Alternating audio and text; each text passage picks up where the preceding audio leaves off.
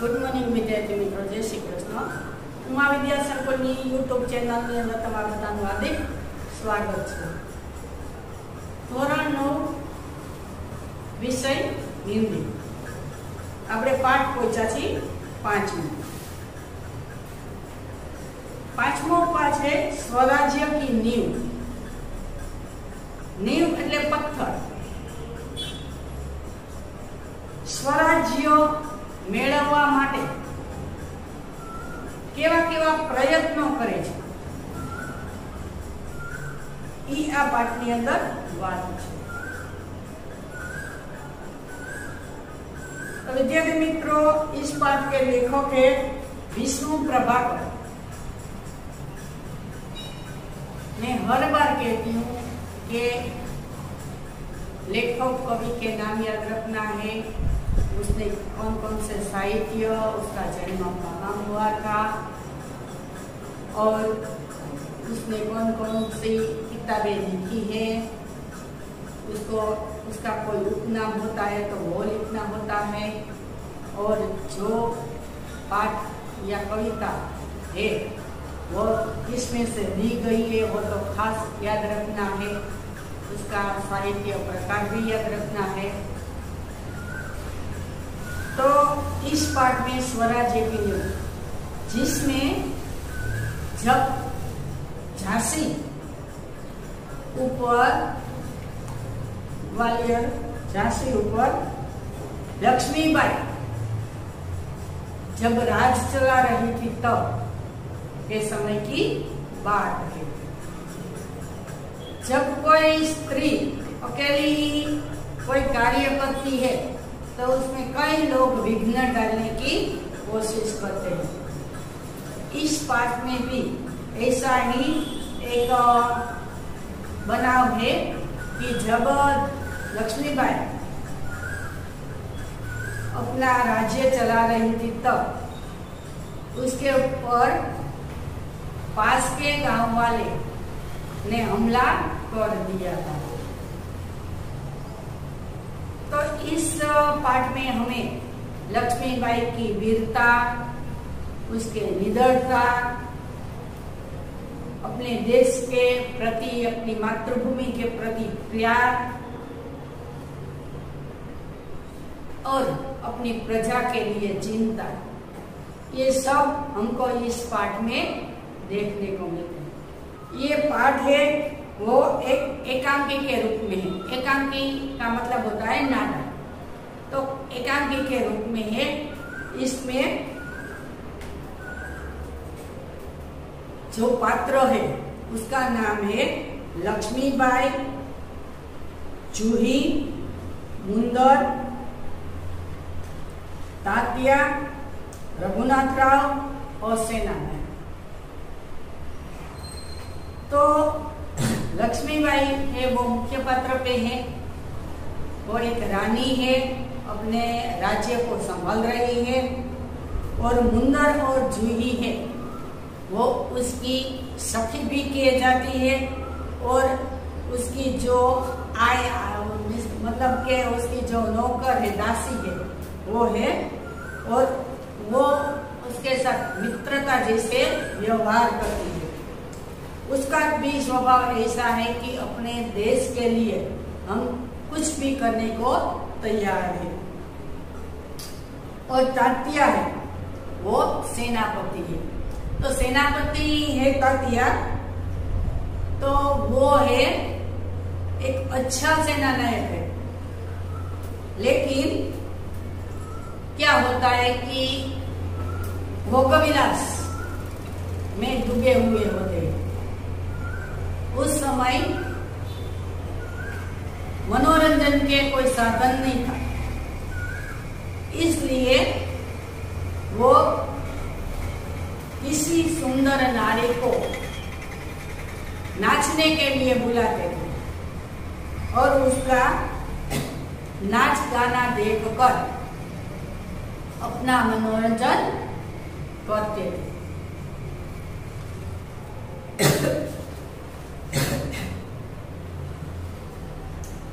इस पाठ में जो पात्र है जूही,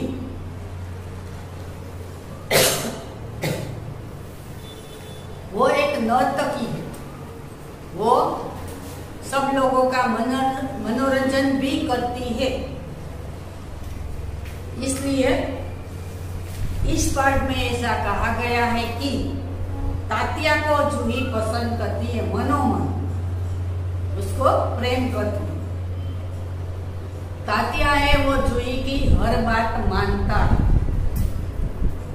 और जूही अपना सब कुछ न्यौछावर करने के लिए तैयार है।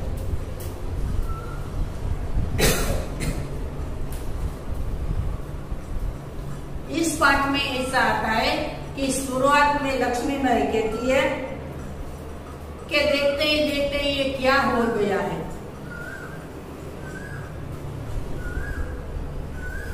तो के झांसी उसका राज है, कालपी ग्वालियर वो कहाँ चला जाता है। देखते ही देखते वो सब हमसे दूर जा रहा है, सब हमसे छूटा जा रहा है। इसलिए कोई राजा आता है और चढ़ाई करता है और एक एक करके सब कुछ लेकर जा रहा है। तो अब एक झांसी ही उसके पास है। तो के मैं जैसे ही स्वराज्य को लेना पसंद करती हूँ, स्वराज्य के नजदीक आ जाती हो, उसी समय बीच में हिमालय अड़ जाता है। हिमालय अड़ जाना का मतलब है विघ्न आ जाना, बीच में कोई रुकावट आ जाती है। इसलिए मैं हर बार निराश हो जाती हूँ और डरावनी लहरें मुझको डरा रही है, थप्पड़े मारने लगे, समस्या विकट होती जा रही है।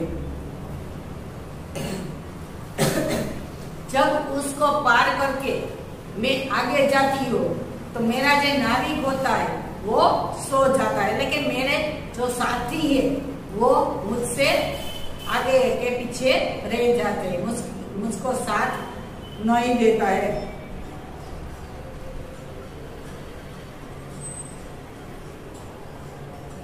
तो जब इस नाटक की शुरुआत होती है तो क्या राव साहब है वो रक्तमंडल की छाव में ये नृत्य देख रहे होते हैं। तो रानी को बहुत चिंता हो रही है क्योंकि ये सब भोग विलास में डूबे हुए हैं।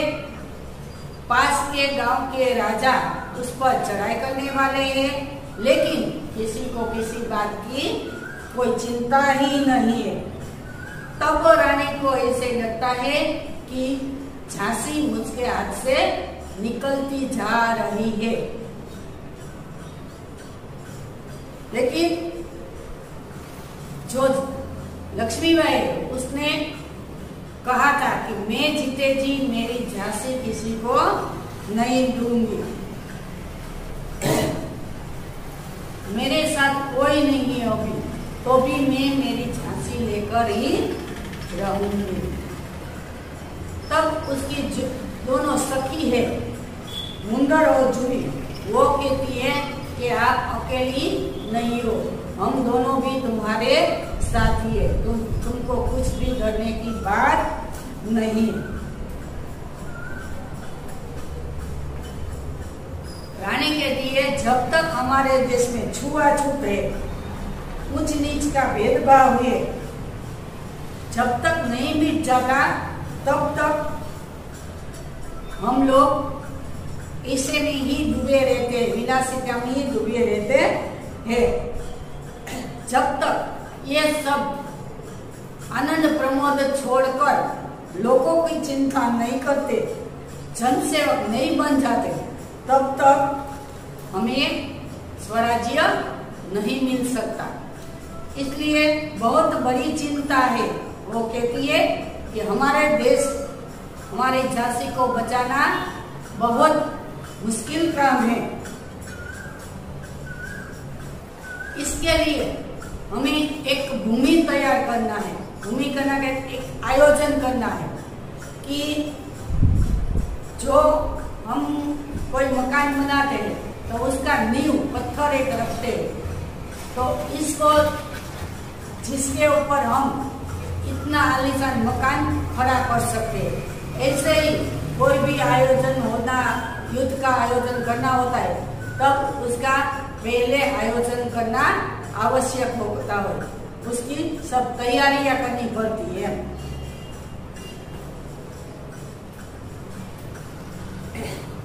तो के इसलिए हम सबको नींव का पत्थर बनना पड़ेगा है, तब सफलता हमारे कदम चूमेगी।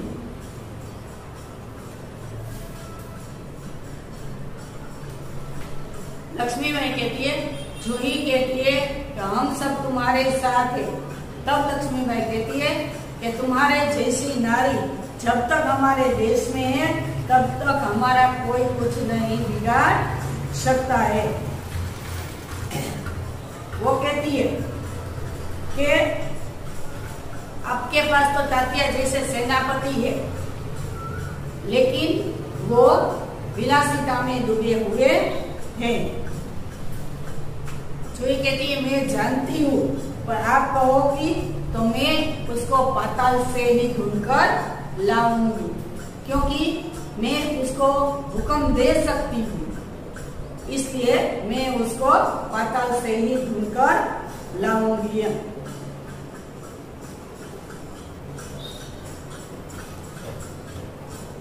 तो मुंदर कहती है कि क्या तुम स्वराज के लिए तात्या को छोड़ सकती हो? तो वे कहती है कि मैं स्वराज्य के लिए किसी को भी छोड़ सकती हूँ, मैं मातृभूमि के लिए कुछ भी करने के लिए तैयार हूँ। तो इस बार एक और युद्ध के लिए तैयारी होती है और वो कहती है कि मैं तात्या को कहीं से भी ढूंढ कर लाऊंगी। मुंदर कहती है, तुम तो उसे प्रेम कर रही हो, तो क्या तुम उसको रोक सकती हो? तो कि मैं लोगों के लिए नाच सकती हो, देश के लिए भी नाच सकती हो, जरूर पड़े तो मेरा प्राण भी छोड़ सकती हूँ। इसलिए मैं जब महारानी को मेरी जरूरत होगी, तब मैं तात्या को भी मैं ठुकरा सकूंगी। उसी समय एक सिपाही आता है और उसको कहता है कि पास वाले गांव वाले ने हमारे ऊपर चढ़ाई की है। उसी समय वो जूही को कहती है लक्ष्मी बाई कि कहीं से भी तात्या को ढूंढकर लाओ, और वो उसी समय वो तात्या को ढूंढकर लाती है और तात्या आता है और उसको प्रणाम कहता है। उसी समय लक्ष्मी बाई उसने कटु स्वरों में कुछ सुनाती है। तो क्या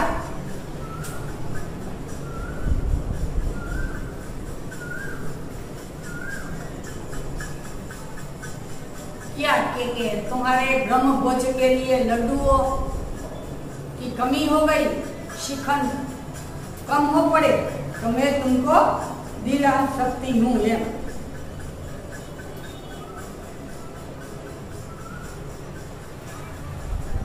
तब जो तात्या होता है वो शर्मिंदा हो जाता है। तो कहिए सदा तात्या आप इधर कैसे भूल गए हैं? तो कहते माफ कर जो मैं आपका सेवक हूँ, ऐसा तात्या कहता है। लक्ष्मी बाई कहते तुमको इस तरह एक नारी के सामने झुकने से लज्जा नहीं होती है, शर्म नहीं आती है? तुम सुनते हो ये तोपों की आवाज आ रही है, पास वाले गांव वाले ने हमारे ऊपर चढ़ाई की है, तुम ये नहीं सुनते हो? तो कि पास वाले साहूकार हो और जागीर बांटना अभी खत्म नहीं हुआ है, भाई साहब आपको लज्जित करने का पूरा अधिकार है, ऐसा तात्या कहते। वो सर्व से झुक जाता है, लेकिन उसने कहा मैं युद्ध के लिए तैयार हो गया। तो कि ये तोपो चल रही है वो किस तरह है, ब्रह्मभोजन हो रहा है या श्रीखंड लड्डुओं में शक्कर की कमी हो गई है, ऐसा एक व्यंग लक्ष्मीबाई कहती है, जिससे तात्या शर्मिंदा हो जाता है। तो जूही है वो तात्या का पक्ष लेते हुए कहती है कि इस बार उसे माफ कर दो, अब कभी भी ऐसा नहीं हो सकता। और सब लोग युद्ध के लिए तैयार हो जाते हैं और वहां युद्ध जाते जाते लक्ष्मीबाई को ऐसा लगता है कि ये मेरे जीवन का आखिरी युद्ध होगा, ऐसा लक्ष्मीबाई को लगता है, क्योंकि उसके पास सैन्य बल कम था और दारू जो उसमें हथियार होता है वो भी कम थे। तो जो पास वाले गांव की जो सैन्य था उसके पास सैन्य बल भी ज्यादा था और सब हथियार भी ज्यादा था। इसलिए लक्ष्मीबाई को ऐसा लगता है कि ये युद्ध मेरे जीवन का अंतिम युद्ध हो सकता है। तब उसकी दोनों सखी है वो कहती है कि कोई नहीं हो तो कोई बात नहीं, हम दोनों तुम्हारे साथ हैं। एक कहती है कि मैं तोप संभालूंगी, दूसरी कहती है मैं तुम्हारे साथ रहूंगी, तुमको कोई भी नहीं आज नहीं आने दूंगी। तब कहता है तात्या को कि तुम तैयार हो जाओ युद्ध के लिए। तात्या कहते हैं मैं तो तैयार होकर ही आया हूँ। इस तरह सब लोग युद्ध के लिए जाते हैं। रानी को ऐसा लगता है कि मेरी मृत्यु हो जाए तो भी कोई बात नहीं, मैं शहीद हो जाऊं तो भी कोई बात नहीं है, पर जो मेरी वीरता है वो कलंकित नहीं होनी चाहिए। तब सब लोग उसको धन्यवाद देता है कि आपकी वीरता को हम धन्यवाद देता है, आपकी जो विद्या है वो कभी कलंकित नहीं होएगी, हम सब तुम्हारे साथ हैं। हम सब एक साथ होकर युद्ध लड़ेंगे और जीत कर ही रहेंगे। तो इस पाठ में हमें क्या समझने को मिलता है कि जब हम अकेले होते हो तो सब लोग हमको ऐसा समझते हैं कि उसके पास ताकत नहीं है, बल नहीं है, एकता नहीं है, उसके साथ कोई भी साथ देने वाला नहीं है। इसलिए सब लोग हमारे ऊपर अत्याचार करेंगे, आक्रमण करेंगे उसको और हमको पराजय करने का पूरे कोशिश करेंगे। एक कहानी तो आपने सुनी होगी कि एक किसान था, उसको 4 बेटे थे, तो वो सब एक दूसरे से झगड़ रहे थे। खेडूत है उसको उसकी बहुत चिंता रहती थी कि ये सब लोग मिलजुल कर नहीं रहते हैं। एक बार खेडूत तो बीमार पड़ जाता है और उसको लगता है कि मेरा तो अंतिम समय आ गया है, लेकिन मेरी मृत्यु के बाद ये सब लड़ते झगड़ते रहेंगे तो सब लोग उसका फायदा उठाएंगे। इसलिए वो सब लड़कों को अपने पास बुलाता है और सब लोगों को एक एक लकड़ी देता है। सब लोग को कहते हैं कि उसको तोड़ डालो, तो सब लोग आसानी से उस लकड़ी को तोड़ देते हैं। थोड़ी देर बाद ज्यादा लकड़ी एक साथ बांधकर सब लोगों को दी जाती है। खेडूत बोलता है कि अब इनको तोड़ डालो। सब लोग बहुत प्रयत्न करते हैं, बहुत प्रयत्न करते हैं, तो भी वो लकड़ी का जो भारा होता है, गट्ठा होता है, वो टूटता नहीं है और सब लोग शर्मिंदा हो जाते। तब उसके पिताजी उसको कहते हैं, इससे तुमको कुछ सीख मिलती है। तुम लोग जब अकेले अकेले थे तो तुम्हारी लकड़ी आसानी से टूट गई, और जब ये लकड़ी एक साथ बंधी हुई है तब उसको कोई तोड़ नहीं सकता। इसलिए तुम सब लोग झगड़े को भूल जाओ और हिलमिल के रहो, तो कोई भी तुम्हारा कुछ भी बिगाड़ नहीं सकता। तो हमें किसी का सामना करना होता है तो हमें एक साथ रहकर ही सबका सामना करें तो हम आसानी से उसके ऊपर विजय पा सकते। हमारा एक सुवाक्य संपत्या जम, एकता में ही बल है। तो जब तक हमारे पास एकता है तब तक हमें कोई भी चिंता करने की जरूरत नहीं।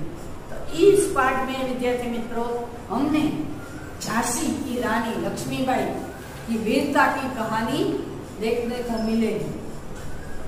तो अब हम आगे देखेंगे कि सबसे पहले तो इसका लेखक का नाम है विष्णु प्रभाकर। विष्णु प्रभाकर की जन्म तारीख दी नहीं गई है। तो विष्णु प्रभाकर का जन्म मुजफ्फरपुर जिले के सिरनपुर गांव में हुआ था। इन्होंने प्रारंभिक शिक्षा अपने गांव में और उच्च शिक्षा हिसार में प्राप्त की थी। શું કહે છે કે વિષ્ણુ પ્રભાકરનો જન્મ મુઝફ્ફરપુર જિલ્લાના મિરનપુર ગામમાં થયો હતો। એને પ્રાથમિક શિક્ષા એટલે 1 થી 8 ધોરણની પ્રાથમિક શિક્ષા છે પોતાના ગામમાં જ લીધી। તે પછીની ઉચ્ચ શિક્ષા એટલે કે આજે માધ્યમિક શિક્ષા છે તેણે હિસારમાં પ્રાપ્ત કરી હતી। હિસામાં એ ભણ્યા। कई वर्षों तक पंजाब सरकार की सेवा करने के बाद सन 1974 से ये दिल्ली आ गए। थोड़ा दिवस पंजाब में रहता था, पंजाब ना सरकार में कार्य करता था। पछी 1974 ની અંદર दिल्ली आवीने वसवाट किया और तब से दिल्ली रहकर पूर्ण समय के लिए साहित्य सेवा में लगे गए। तो के दिल्ली आवी अने एने साहित्य प्रेम जेनो छे ए माटे तेने लागी गया के साहित्य ना काम में लखवामां पोते जीवन गुजारवा लाग्या। अपने कहानी, उपन्यास, जीवनी, नाटक, एकांकी, संस्मरण और रेखाचित्र आदि विधाओं में पर्याप्त मात्रा में लिखा है। नाटक लेखा छे, कहानी लेखी छे, रेखाचित्रों की रचना करी छे, आवा अनेक उपन्यासों एने लेखा छे।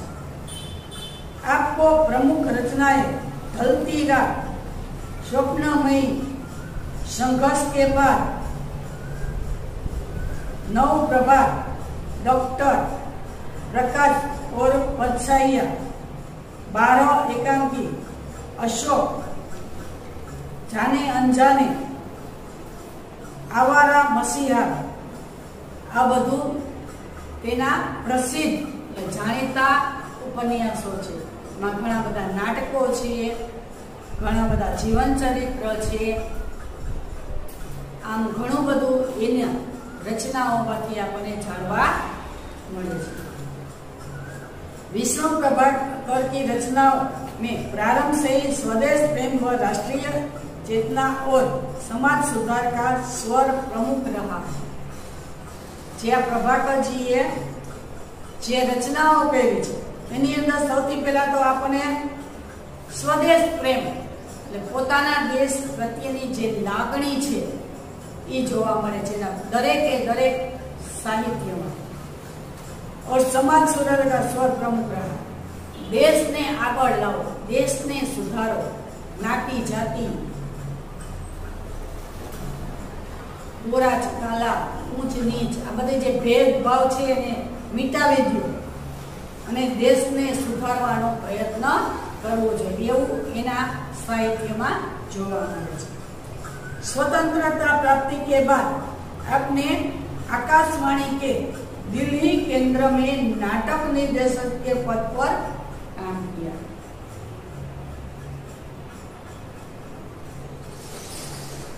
आ બધું બધાની સાથે રહી ગયું, પછી પોતાનું સ્વતંત્ર લેખન કાર્ય ચાલુ કર્યું. बाद में स्वतंत्र लेखन की अपनी जीविका का साधन बना. પોતાનું અંગત લખતા હતા અને જીવવા માટેનું એક સાધન બનાવી દીધું, આવક માટેનું. એને ઘણા બધા એવા પુસ્તકો લખ્યા છે. आपका समस्त साहित्य मानवीय अनुभूतियों से जुड़ा हुआ है. કે બધા જ સાહિત્ય છે માણસોની જીવન સાથે જોડાયેલા છે. માણસના જીવનનું નિરૂપણ એના સાહિત્યમાં કરવામાં આવ્યું છે. आपकी रचनाओं में रोचकता एवं संवेदनशीलता सर्वत्र व्याप्त है. रोचकता अचरज पमारे थी, संवेदनशीलता एक लागणी, प्रेम, दुख, हास्य, आवा ज बधा रसोनो एनी अंदर समन्वय थयो. बधा ज रस अंदर आवी जाय छे. ચોક્કસ આપણે એના રસને પારખી શકીએ છીએ. તથા ભાષા સહજ વ સરળ છે. અને જે ભાષામાં લખવામાં આવ્યું છે ને એકદમ સાદી સરળ ભાષામાં, એ લોકોને સહેલાઈથી સમજાઈ શકે એવી સરળ ભાષામાં એને પોતાની રચના કરેલી છે. પ્રસ્તુત એકાંકી આ છે કેવો પ્રકાર છે? તો એકાંકી છે, નાટક. स्वराज्य की नींव में प्रथम स्वतंत्रता संग्राम में लक्ष्मीबाई के त्याग और संघर्ष का वर्णन किया गया है. प्रथम स्वतंत्र संग्राम જ્યારે થયો તો ત્યારની આ વાત છે. એની અંદર લક્ષ્મીબાઈનો ત્યાગ છે, પ્રેમ છે, એની સંઘર્ષતા છે, આવું બધું એની અંદર વર્ણન કરવામાં આવ્યું છે. स्वराज्य की नींव रखने में स्त्रियों की भी महत्व की पूर्ण भूमिका रही. જ્યારે આપણે દેશને સ્વતંત્રતા મેળવી એની અંદર સ્ત્રીઓની પણ મુખ્ય ભૂમિકા હતી. સ્ત્રીઓએ પણ અંદર ભાગ લીધો હતો. અત્યારે આપણે સમજી છીએ કે સ્ત્રી પુરુષ સમોવડી છે, એ ક્યાંય પુરુષથી પાછી પડે એમ નથી. આપણે ઊંચા ઊંચા પદમાં પણ આપણે જોઈએ જ છે. પાયલટ તરીકે છે, બસ ડ્રાઈવર તરીકે છે, રાજનીતિમાં છે, એન્જિનિયર છે, ડોક્ટર છે, વૈજ્ઞાનિકો પણ છે. દરેક જગ્યાએ પુરુષની સાથે સાથે સ્ત્રીઓ પણ એની અંદર પોતાનું યોગદાન આપે છે, ઊંચા ઊંચા પદો પર આસીન છે. ત્યારે આપણે કહી શકીએ કે સ્ત્રી કઈ જેવી તેવી નથી, એ પણ પુરુષ સમોડી બની શકે છે. प्रस्तुत एकांकी के पात्र स्वराज्य की नींव के पत्थर है. तो के आ प्रस्तुत એટલે કે આ રજૂ થયેલું જે એકાંકી નાટક છે એ છે સ્વરાજ્ય की नींव નો પથ્થર. કે કોઈ પણ કાર્ય કરતા પહેલા એનો પાયો બાંધવો જરૂરી છે. તો આ એનો એક પાયો છે સ્વરાજ્ય મેળવવા માટે. जिनके त्याग, तपस्या व बलिदान के द्वारा भले ही स्वराज्य प्राप्त नहीं हुआ. तो के भले एना प्रयत्नथी આપણને સ્વરાજ્ય મેળવી તો નથી શક્યા, પણ શરૂઆત તો કરી ને. કોઈ પણ વસ્તુની શરૂઆત તો કોકે કરવી જ પડે છે. એમાં પોતાનો થોડો ઘણો હિસ્સો તો હોવો જોઈએ. આપણે એક જાણીતો કિસ્સો છે રામાયણનો, કે જ્યારે રાવણ સીતાજીને ઉપાડી ગયો તો ત્યારે રામ ભગવાન હનુમાનજીને અને એની આખી સેનાને સીતાજીને ગોતવાનું મોકલે છે. ત્યારે હનુમાનજી સીતાજીની ખબર કાઢીને આવે છે તો કે લંકામાં લઈ ગયો છે. જ્યારે રામ યુદ્ધ કરવા માટે જતા ત્યારે વચ્ચે આખો દરિયો સાગર આવે છે, તો સાગર છે એને પાર કઈ રીતે કરો એ માટે થઈને રામ નામના પથ્થર લખી લખીને નલ ઓર નીલ નામના વાનરે નાખ્યા. એની અંદર જે પુલ બાંધવો હતો એની અંદર એક ખિસકોલી હતી. એને પણ એમ થયું કે મારું પણ આમાં કંઈક યોગદાન હોવું જોઈએ. પહેલા પોતે ભીની થાય, પછી રેતીમાં જઈને આળોટે, અહીંયા રેતી ખંખે. આમ એનો પણ જે રામ ભગવાન પ્રત્યેનો જે પ્રેમ છે એ જોવા મળે છે. મારે પણ આમાં કંઈક મારું યોગદાન આપવું છે એવું એને જોવા મળે છે. આમ આની અંદર પણ નારીઓએ પણ પોતાનો પૂરેપૂરો યોગદાન આપેલો છે. लेकिन वेद स्वराज्य की नींव का पत्थर बनकर जनमानस में देश प्रेम व नवजागरण की भावना जगाने में अपनी सार्थकता समझते. तो के પોતાને મળ્યું નહીં તો કઈ નહીં, પણ એવું સમજે છે કે આની અંદર મારો પણ થોડો ઘણો ભાગ છે, મેં પણ આમાં પ્રયત્ન કર્યો હતો. એમ પોતાની આત્માને શાંતિ થાય કે મેં પણ કંઈક દેશ માટે કર્યું છે. આવો સરસ પાઠ આપણે છે. એની અંદર પાત્ર છે લક્ષ્મીબાઈ, મુંદર, કાત્યા સેનાપતિ છે પોતે, જુહી, પછી રઘુનાથ રાવ અને સેના નાયક. આટલા પાત્રો છે. આપણે ક્લાસ જો સ્કૂલ ચાલુ હોત તો આપણને નાટક તરીકે પણ આને આપણે વચાવો, છોકરા પાસે આ નાટક કરાવે, ભજવાવે, જેથી કરીને એક અલગ જ થાય તો તમને વધારે સમજાય અને આનંદ આવે. તો વિદ્યાર્થી મિત્રો, તમે તમારી પુસ્તક ખોલીને રાખજો. જ્યારે આ નાટક ચાલુ થાય છે ત્યારે रंगमंच पर युद्ध भूमि का दृश्य अंकित किया जा सकता है. रंगमंच जे मंच पर जे स्टेज ઉપર આ નાટક ભજવવામાં આવે અને રંગમંચ કહેવામાં આવે છે. તો કે એ દ્રશ્ય તૈયાર છે, કઈ પાસી લગા હુઆ ટેન્ટ, તંબુ જેને આપણે કહીશું એ બાજુમાં જ લગાવવામાં આવ્યો છે, જેથી કરીને આ લોકોને તૈયાર થઈને આવવામાં કોઈ પણ જાતની मुश्किलियों पड़े नहीं. महारानी लक्ष्मीबाई के तंबू का एक भाग दिखाई देता है. बाजूમાં મહારાણી લક્ષ્મીબાઈનો તંબુ છે, એનો એક અડધો ભાગ જોવા મળે છે. पर्दा उठने पर महारानी लक्ष्मीबाई अपनी सखी जूही के साथ उत्तेजित अवस्था में मंच पर प्रवेश करती.